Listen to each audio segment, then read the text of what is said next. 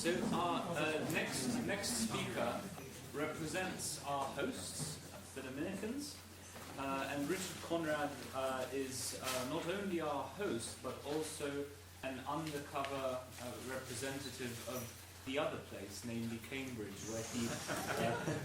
where he obtained a PhD in chemistry. Undeserved, but he's also an Oxford man, where he taught at Blackfriars on Aquinas for many years, also at Merivale. Okay, so please give a warm welcome.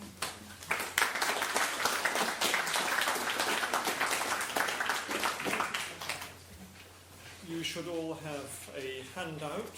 Anyone languishing without a handout? Most of the sections are in two columns with a kind of summary of my points on the left and some references or quotations on the right. I will need to add more before we write this up for publication. I didn't have enough time to lard it with enough quotations and references, but you can follow it up in your spare time. I propose to speak, if you like, a bit descriptively and discursively, without too much reference or quotation, but you have at least some pointers on the handout. So the first 4 pages of the handout are a summary of this talk. Then I've given you a chart of the faculties in the human psyche recognised by St. Thomas. That would be page 5 if it were numbered. And then 3 pages with some notes on what form and matter are, as I understand Aristotle to mean them in the light of St. Thomas. So, St. Thomas Aquinas on the human organisms, unity and complexity. And a few words of introduction. To explore St. Thomas on the unity and complexity of the human being is to contrast his ideas with other perspectives. I suspect many people in the modern West follow Descartes, or maybe the caricature Descartes in the light of what John said this morning, in seeing the body as a machine. Richard Dawkins explicitly sees the animal or human body as a machine. And that makes it difficult to envisage the human being as a single reality. And even if we use something like complexity theory and conceive consciousness as an emergent property of the whole organism, we're still treating the organism as the sum of its parts. It's just that the sum is rather interesting. And if we posit with the caricature Cartesian a spiritual thinking deciding subject inhabiting the body and using the pineal gland as a rudder, then the human being is still 2 realities, and one of them, the soul, is rather more fully one than I at least experience myself to be.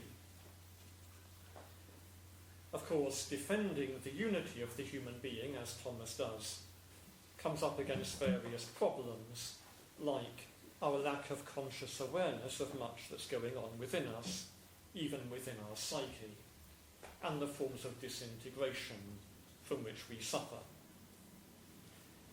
I shall want to argue that Thomas consciously defends the unity of the human organism, but in such a way that he's not afraid of the various complexities within us. Rather, the combination of unity and complexity is exactly what we should expect. It's what we should expect to find if we basically buy Thomas's synthesis of a pseudo-Dionysian, Christianized, Neoplatonic cosmos and Aristotle's hylomorphic account of animal life. Together these give us a hierarchical cosmos in which different things have different degrees of being and correspondingly different degrees of unity. As we go up the scale of living things, we find that form increasingly dominates matter and then transcends materiality. So if we consider human nature as such, we'd expect to find things like a certain fuzziness, levels of organisation in the organic body, psychological complexity, possibilities of tension and disintegration, with death as the inevitable outcome of human life, which is nevertheless a good and beautiful, coherent and meaningful form of life, even at the natural level prescinding from theology. And we can face those forms of complexity without being excessively fazed by them, or giving up on our sense of the human being's unity. I want to remark in the course of my talk on how much in St. Thomas' account might be rather in tune with modern science, though of course his account of human nature needs fine-tuning, and his view of the cosmos is out of date. And I'll want to remark on how his account relies on a confidently metaphysical view of reality, in which God sustains all things in being, giving each thing a particular degree of participation in his own being and goodness, beauty, truth, unity, and life. So my first main topic is to point out that Thomas basically accepts Pseudo-Dionysius's Christianized Neoplatonic cosmos. It's certainly true that his understanding of animal and human psychology is very Aristotelian. But the basic overall structure of Thomas's cosmos is Neoplatonic and hierarchical, thanks to the influence of Pseudo-Dionysius, or Dennis, as I shall henceforth call him, or her. Could have been a woman. It reads a bit like Julian of Norwich in some ways. Dennis is explicitly Christian. God, who is beyond being, beyond goodness, beyond all affirmation and negation, is the Holy Trinity, not just the Neoplatonic one. And the differentiations among the divine persons are in no tension with the divine unity. And God is the transcendent archetype of unity and differentiation. It would be interesting, but a totally different talk, to explore the influence of this feature of Dennis's theology on St. Thomas. For Thomas, the distinctions among the angels are much more interesting than those among human persons, and the distinctions among the human persons are much more interesting still.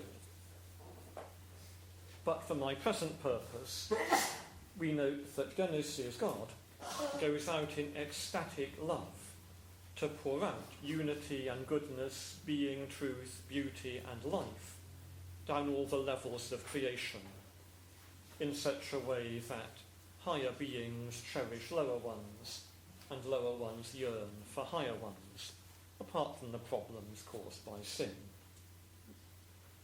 And we can note at once the source of St. Thomas's understanding, or perhaps one of his understandings, of the transcendentals, and of his fourth way for proving God's existence. Once we have convinced ourselves there's a scale of nobility among creatures around us, that scale points us to the ultimate source of being and goodness, and so on. And it's certainly the case that Thomas envisages creatures as a kind of hierarchy, participating in different degrees in being and unity, truth, goodness, beauty, and life. That means participating in varying degrees in God, in the Platonic sense of depending on God, imitating him imperfectly at a lower level. Above us, there are the 9 orders of angels, which are intelligences, minds that possess and work with concepts far bigger than we can aspire to. They have a higher degree of unity than we have. They aren't composed of form and matter, and Thomas disagreed with Bonaventure on that, so they are immortal, though of course as creatures they are composed of essence and existence. They have to be made to exist by God. They live a higher life than we do. They have a higher degree of truth than we have. If we could know them, we'd find them fascinating, since each is of a different species. The difference between the angels is not like that between my friend's cats, Conrad and Cornelius, but like that between a condor, a cat, and a chimpanzee. And unity increases as you go up the orders of angels. The higher ones are more powerful minds, possessing greater and more overarching concepts.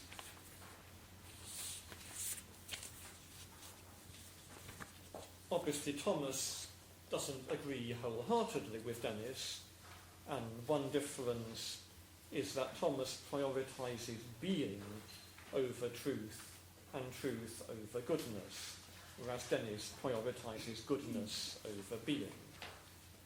That may be due to Thomas's interest in the divine name revealed to Moses, which speaks of God possessing being and granting being. Dennis prioritizes unity above all of God's other names apart from the Trinitarian ones. Thomas has a profound sense of unity as a transcendental. Unity and being are the same reality. And in a fairly obvious way, they aren't quite the same concept. The concept of unity adds the negation of division over the mere fact of being. So Thomas's cosmos is basically pseudo-Dionysian, but one of the differences between Thomas and Dennis is that for all that Dennis does make a great deal of the sacraments, Thomas makes more, I think, of Christ's humanity, passion, resurrection, and the sacraments. As a Christian, as an Augustinian, and in a sense as an Aristotelian concern for our body and our learning through the senses.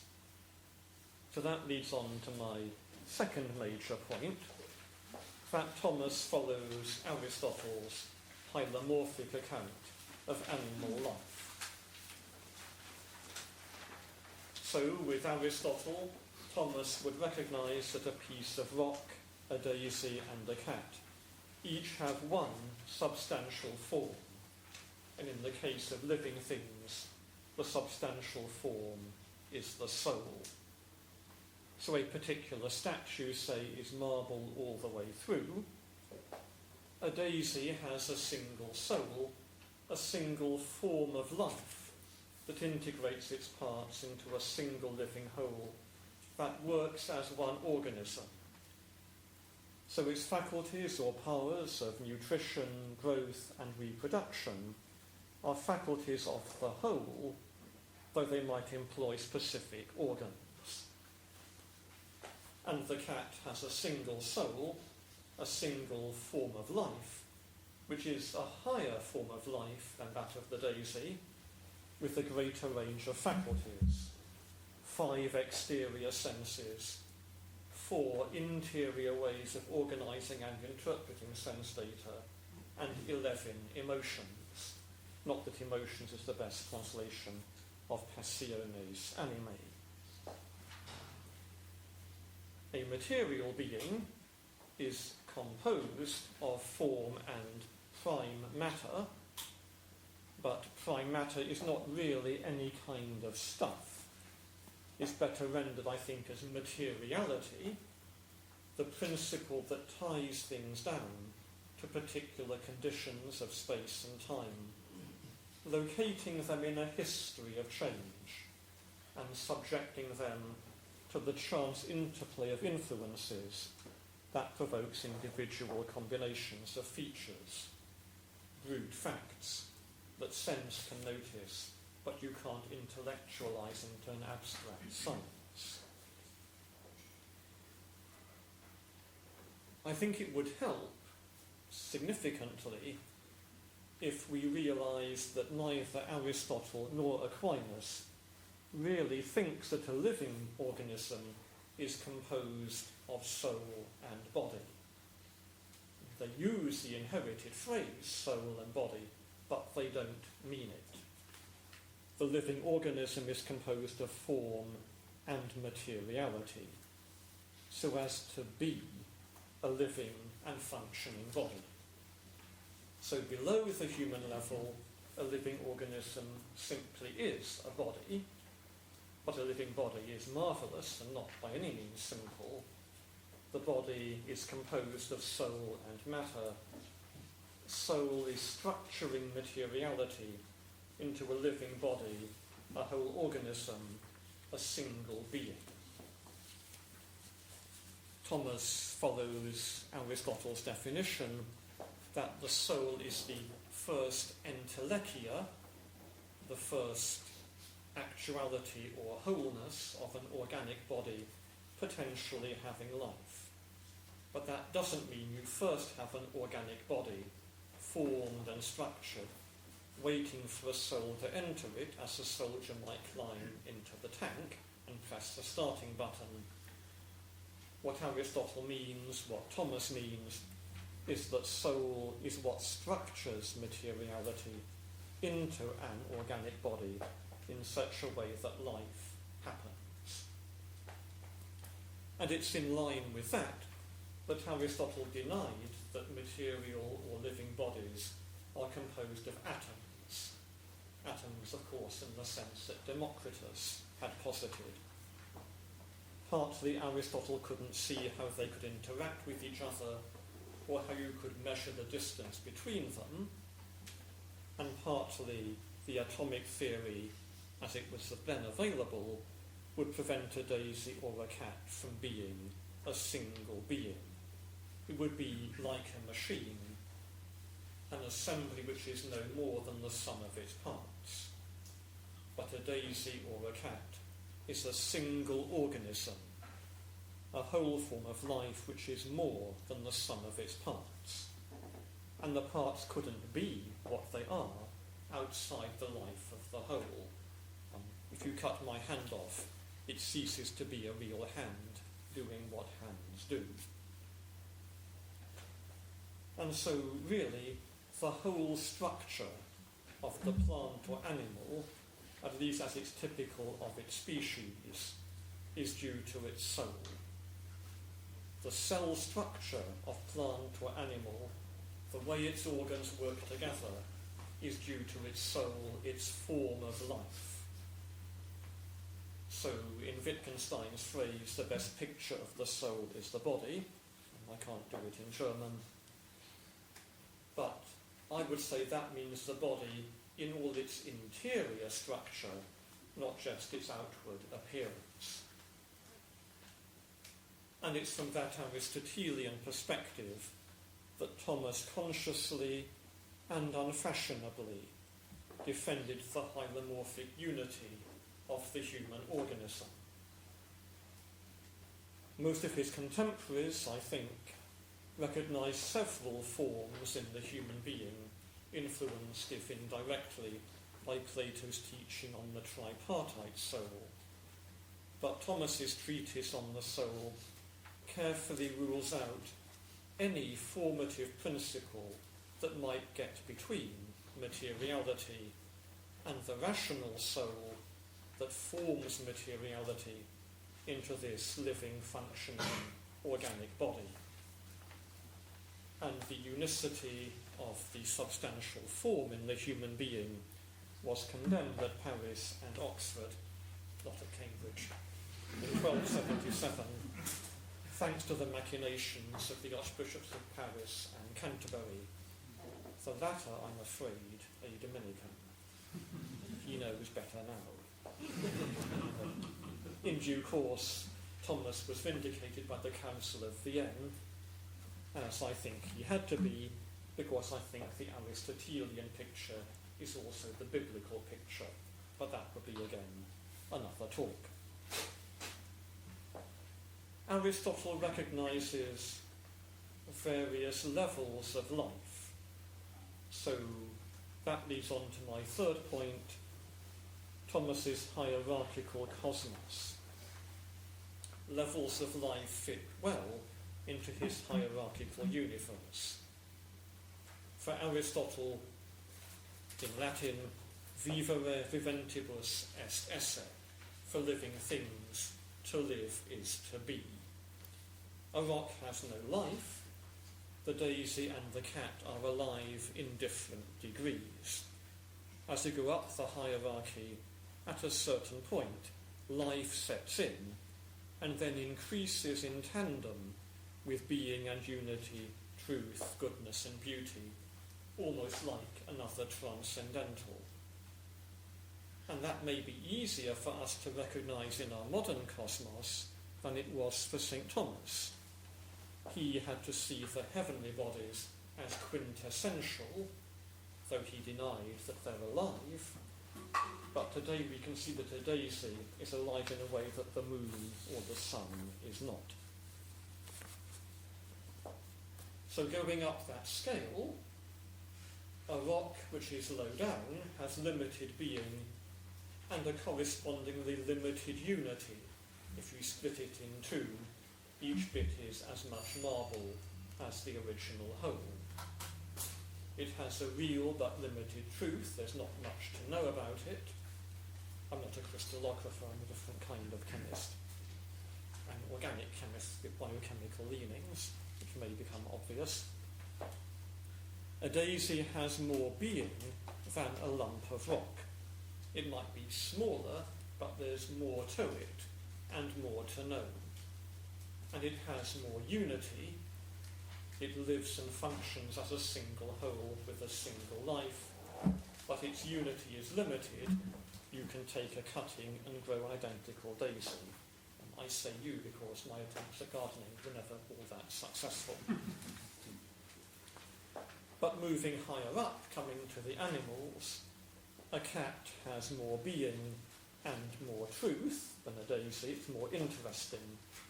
And I'm sure you all agree that cats have a high degree of metaphysical goodness. They also have more unity.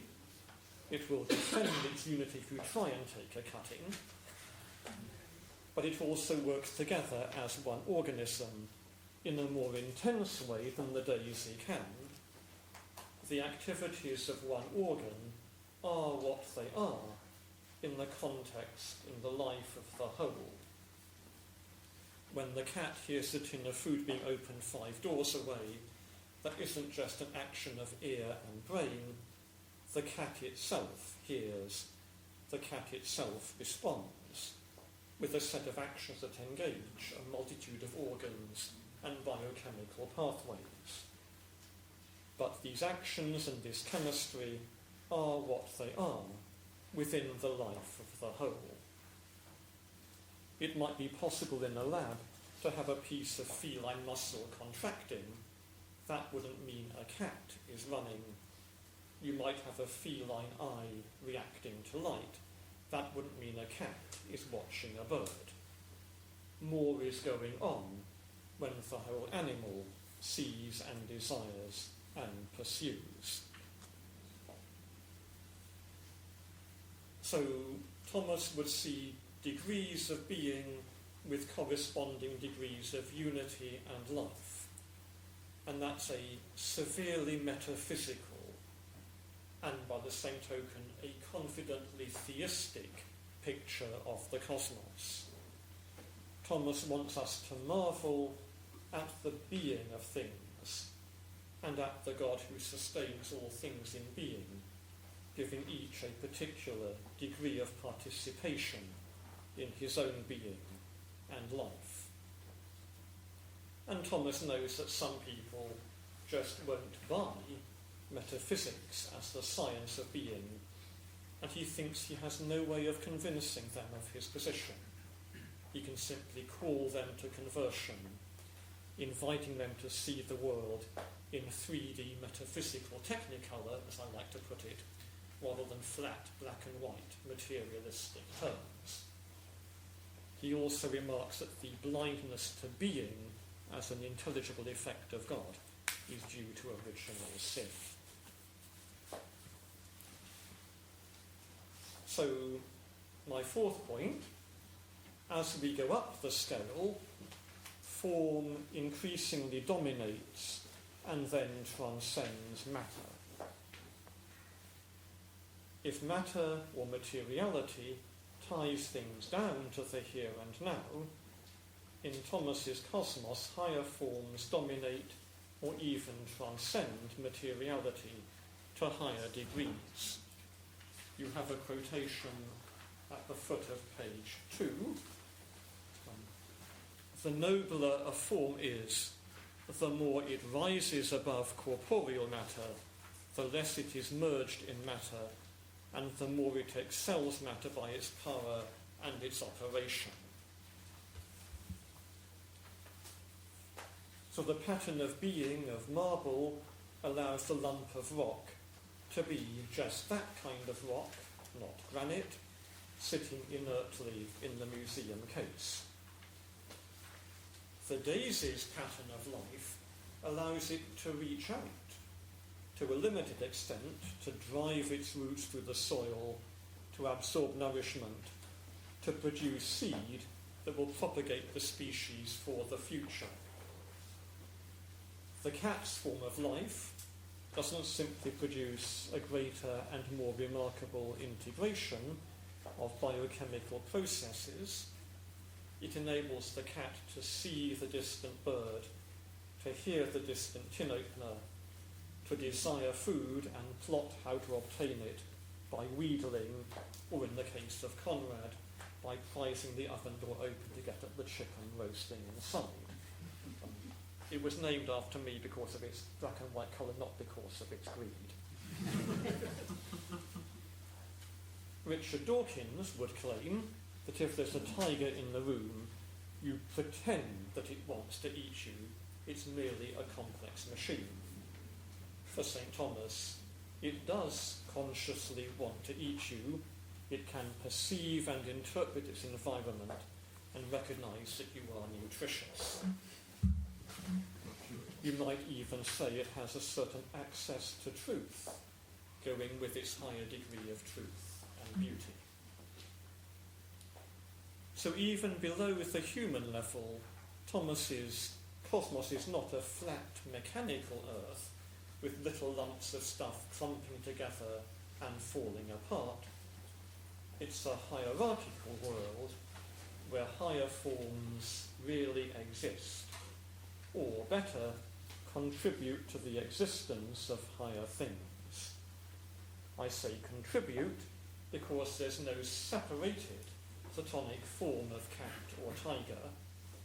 The feline form of life can't cope with a heavenly, ethereal, universal existence, only with a local neighbourhood within which the cat can know that Mrs. Smith puts down a saucer of milk and Mr. Jones throws stones at the cat doing its business among his dahlias. Garfield needs materiality if he's not to be outside his comfort zone. So form gives existence to matter, but in a lesser but important way, matter gives existence to form, letting it find the right level. By contrast, in Thomas's cosmos, the angels live a life so much higher than ours, they don't need materiality to settle into a comfortable, manageable existence. And the human being is poised in the centre of that great chain of being. So Thomas approaches our form of life from two directions. In a bottom-up approach, he looks at the powers or faculties that we have in common with the plants, then the animals, then those that are unique to us among the animals, namely intellect and will. but he also contains, I'm pretty sure, a top-down approach, comparing and contrasting us with the angels. So from that point of view, the human soul is the lowest in the hierarchy of spiritual substances. There's a quotation to the top right of page 3, second one down. The human soul, which is the lowest in the order of spiritual substances, can communicate its own actual being to the human body, which is the highest in dignity, so that from the soul and the body, as from form and matter, a single being results. So the angels are a hierarchy, and we come beneath those, but we are still, in a significant way, intellectual and spiritual.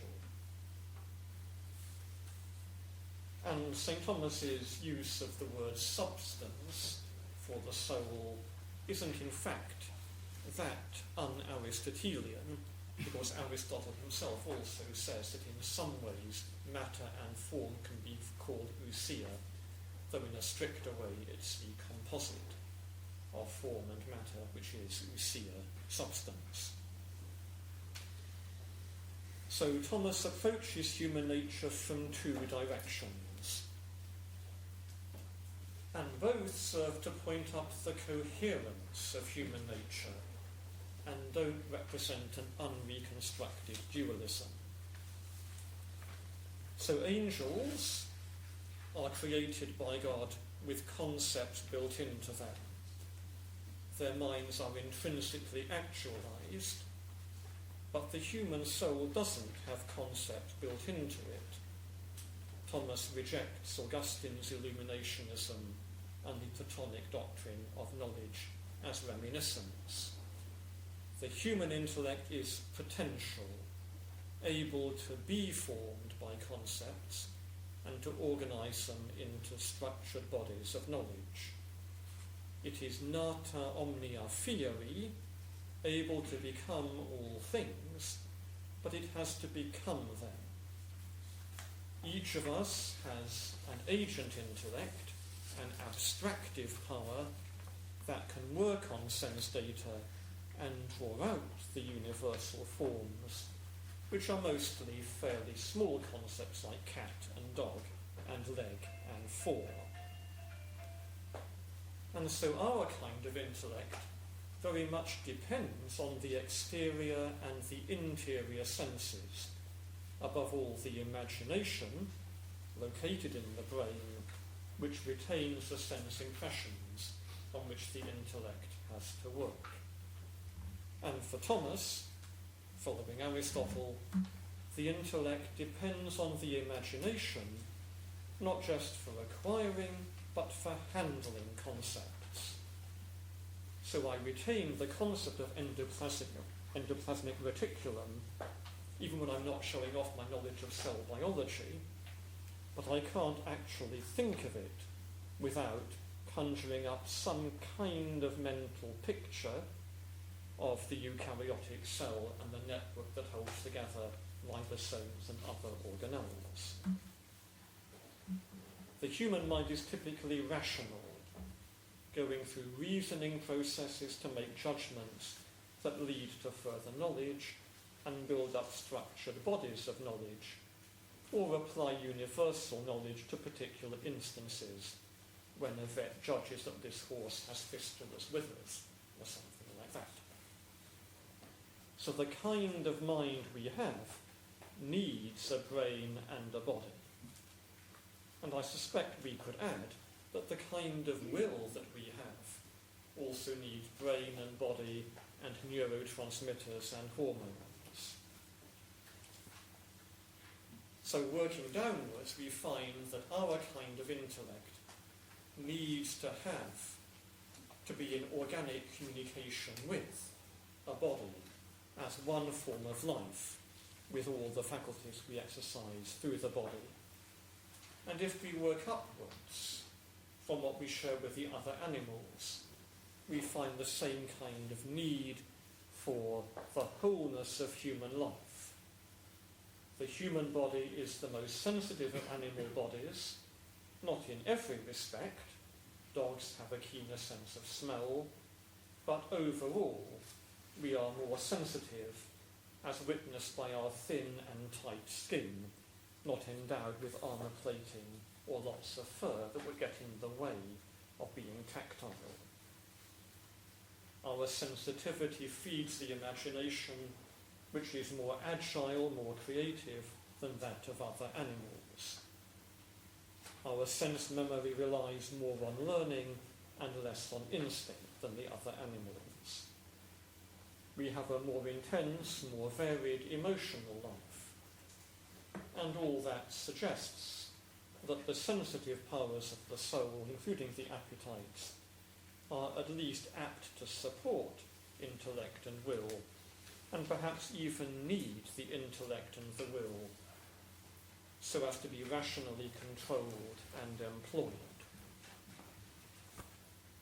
So as Thomas goes up the scale of beings, he finds that form dominates materiality more in plants than in stones, more in animals than in plants, being increasingly able to reach out from the here and now, and the human soul dominates matter more than animal souls do.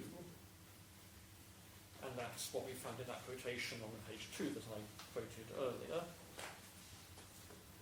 And so the human being's unity is greater than that of the animals. And that's what we find. The human intellect, that faculty within human life, can abstract and hold universal concepts, not confined to the material conditions of time and place. I can know what a cat or a cabbage is with concepts that fit ancient Egyptian cats, as well as current English ones, and future Polish cabbages, as well as current English ones, though I've forgotten the Polish word for cabbage. Though I do make bigos now and then when I'm cooking, which uses sauerkraut. In other words, the rational soul can rise higher above the confines of materiality than the merely sensitive animal soul. And our intellect is correspondingly open-ended. The cat can cope with a limited neighbourhood, and we can speculate about the first 3 minutes of the existence of the cosmos. As Augustine observed, the cosmos contains the human body, and the human mind can contain the cosmos. And so, for Thomas, the human soul subsists. It has a firm hold on existence. When the cat or daisy dies, its soul ceases to exist. That particular example of feline or beline life exists no longer.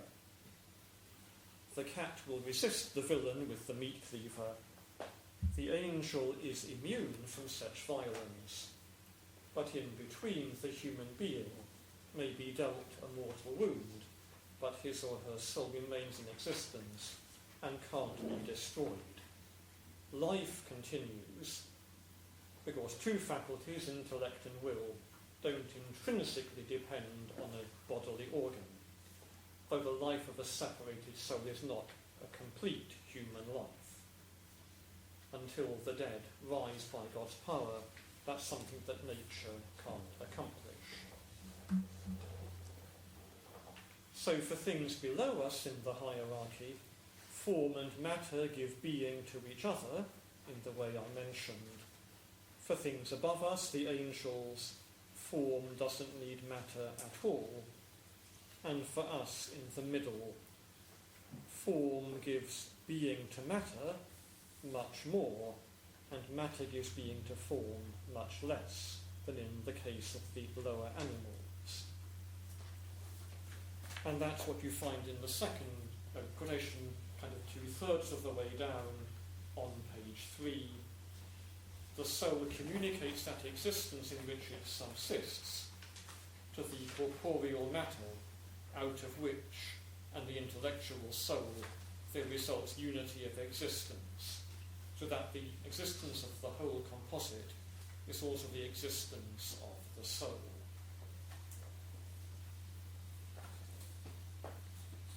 So the human being has more unity and transcends materiality more than the other animals.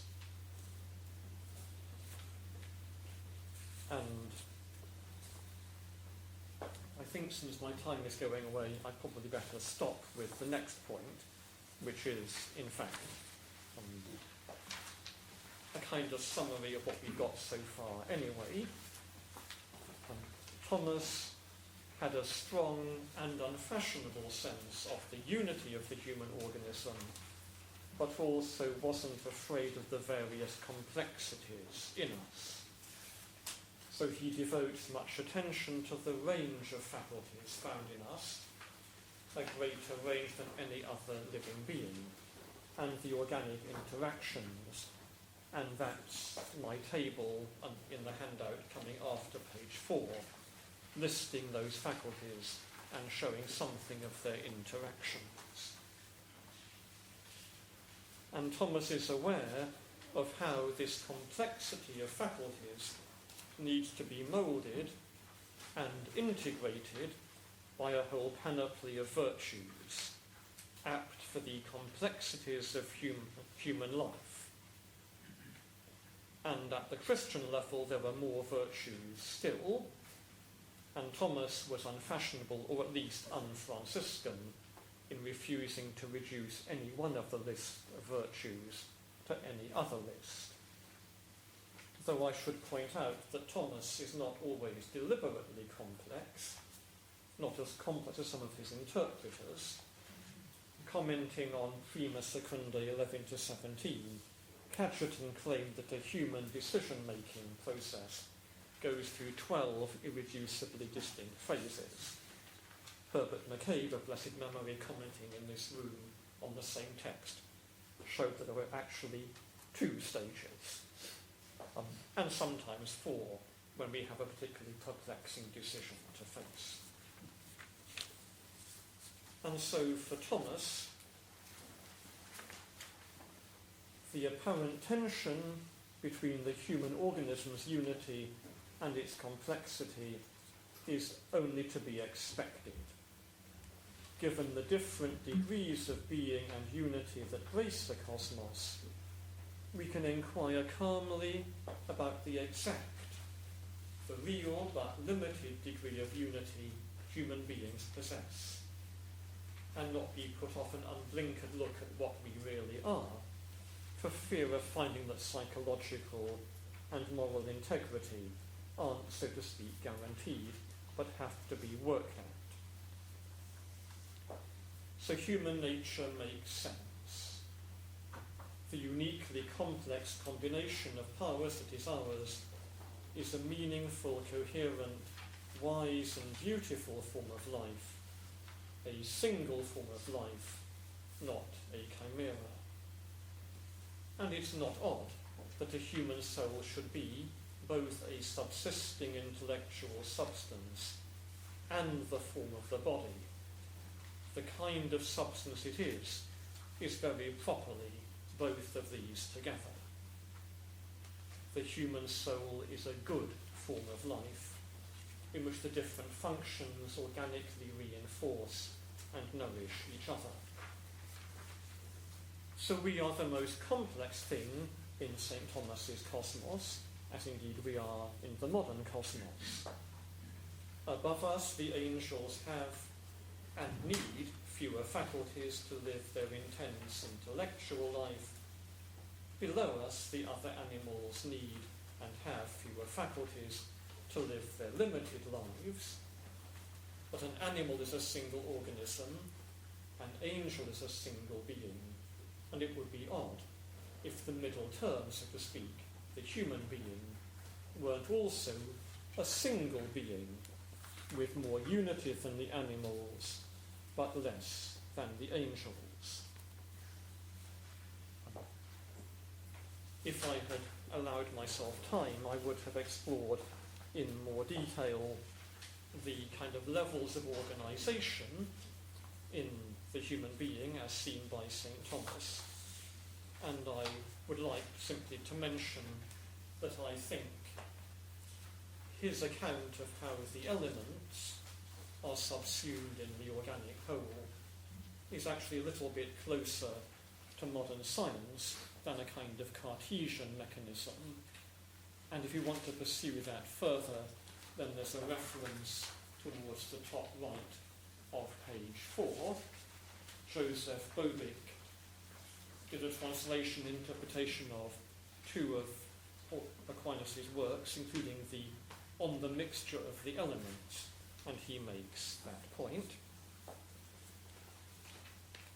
And of course, given our complexity, it's to be only expected that forms of tension and even disintegration may be natural within us, even death.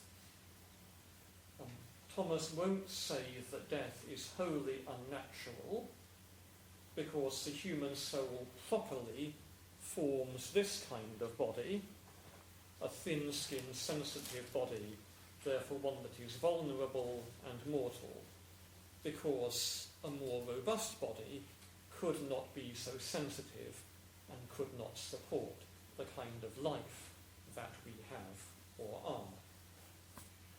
And so, of course, Thomas looks forward to an act of God at the end of time, raising the dead. But prescinding from that theological hope, approaching human nature purely philosophically, we can face and accept the forms of complexity within us and the problems of disintegration to which we are liable, without being dreadfully fazed by that. In the light of the Christian revelation for Thomas, a lot of things fall into place better, but even as we are, we make metaphysical sense. Thank you.